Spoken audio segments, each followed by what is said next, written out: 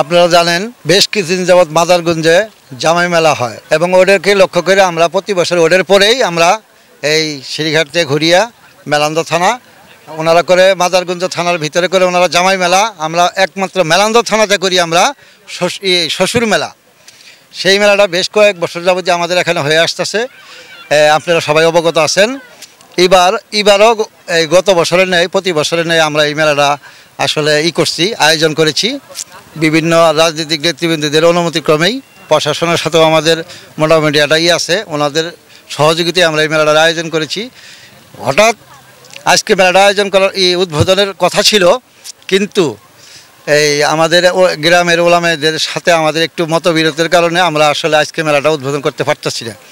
তো গতকালকে রাত্রে ওনাদের সাথে আমরা বসছিলাম, ওনারা আমাদেরকে আশ্বস্ত করছে মেলা না হইলে আমরা কমিটির তো আসি ক্ষতিগ্রস্ত হবই, কেন প্রত্যেকটা দোকানদার প্রত্যেকটা বিনোদনকে আমরা এক ডাউন গাড়ি ভাড়া দিয়ে নিয়ে আসছি এখানে।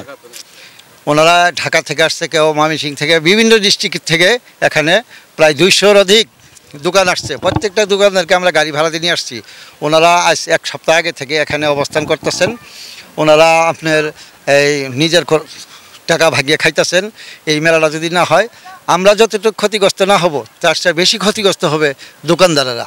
এখন আমাদের চাওয়া, আমাদের মেলাটা আজকে উদ্বোধন হওয়ার কথা যে ছিল, হুজুরেরা আমাদেরকে আশ্বস্ত করছে, ওলামা আলেমদের কাছে আমাদের চাওয়া এবং প্রশাসনের কাছে চাওয়া আমরা যাতে এই মেলাটা আগামীকালকে উদ্বোধন করতে পারি, এটাই আমাদের প্রত্যাশা। শ্বশুর মেলায় আসছি, আজকে মেলার উদ্বোধন করার কথা, আসে দেখি শ্বশুরও নাই, শ্বশুরের যে মেয়ে থাকবে মেয়েও নাই, মেলাতে আসে উদ্বোধনও হয় নাই। প্রতি বছর এখানে শ্বশুর মেলা হয়, শ্বশুর মেলায় বিভিন্ন কিছু জামাইকের জন্য শ্বশুররা কিনে নেয়। আমরা এই বছর আসছিলাম এখানে মেলাতে, আসলে এই মেলা বন্ধ, আমরা কিছু কিনতে পারলাম না। এই শ্বশুর মেলাটা আমাদের এলাকায় প্রতি বছরই হয়।